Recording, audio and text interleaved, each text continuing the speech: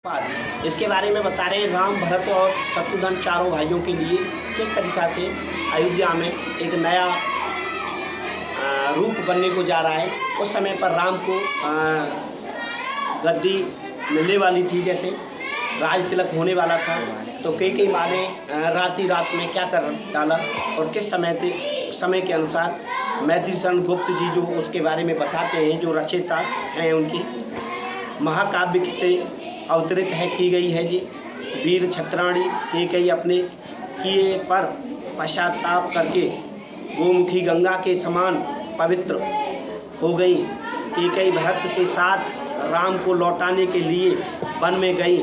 वह अनेक प्रकार से श्री राम को वन से अयोध्या वापस ले चलने का प्रयास कर रही थी। जैसे उन्होंने कहा, तदनंतर बैठी सभा उटज के आगे, नीले बितान के तले दीप बहु जागे।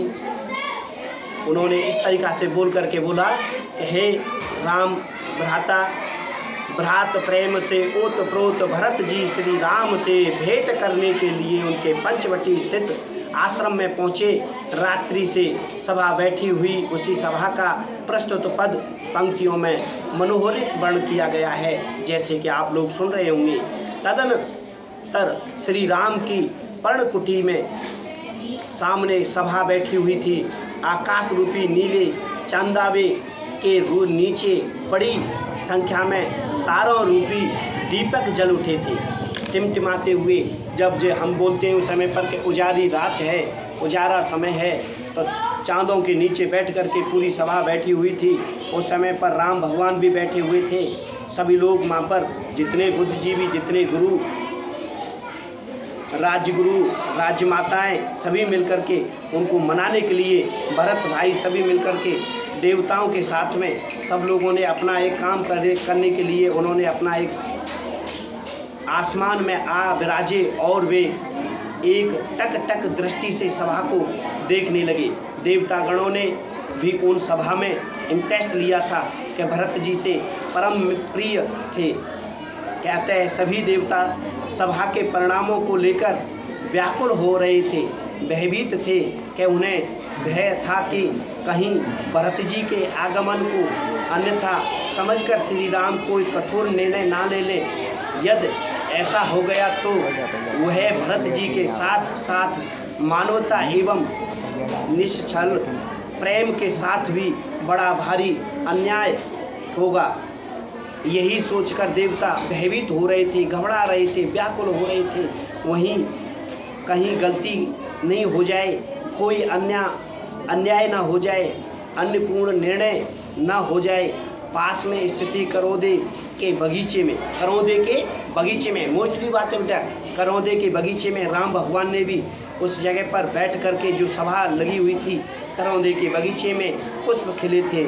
मानो करौदे कुंज सभा के आयोजन पर आनंद मना रहा था। उस करौदे कुंज से आती शीतल मंद सुगंधित वायु और वहाँ उपस्थित सभी लोगों को पुलकित कर रही थी, अर्थात उन्हें आनंद और सुख प्रदान कर रही थी। वहाँ सभा स्थल पर चारों ओर ऐसी स्वच्छ धवल चांदनी बिखरी थी कि चंद्रलोक में भी वैसी चांदनी कहाँ छिटकटी होने लगती है। कहने को आशय यह है कि वहाँ प्रकृति ने चंद्रलोक से भी सुंदर वातावरण सृजित किया था। ऐसे में आनंदपूर्ण अलौकिक शांत वातावरण के बीच भगवान श्री राम ने समुद्र के समान अत्यंत गंभीर वाणी में इस प्रकार बोलना आरंभ किया कि सभी लोग मिलकर के माता से, पिता से, भ्राता से, भाई से, गुरु से और राजगुरु से, राजमाता से, सबसे मिलकर के सबको प्रणाम किया। लक्ष्मण तो वहाँ पर, छोटे भाई तो नाराज हो रहे थे कि भरत भाई पूरी सेना के साथ में कहीं इस जगह पर आकर के तरीका से राम भगवान से मिलने के लिए तो पूरी प्रजा अपने अयोध्या से सभी मिलकर के आ रहे थे। मगर लक्ष्मण भ्राता बड़े क्रोध में थे कि सेना के साथ में यहाँ भाई से लड़ने के लिए आ रहे, इन्होंने वनवास भी दे दिया। अब यहाँ पर और प्रजा, हाथी घोड़ा, कितनी सेनाएं, भाई मुझे आज्ञा दो, मैं इनके लिए प्रहार के लिए तैयारी करता हूँ। तो उन्होंने, राम भगवान ने कहा, अनुज शांत रहो, आएंगे तो हमसे लड़ने के लिए आने दो हमारे पास।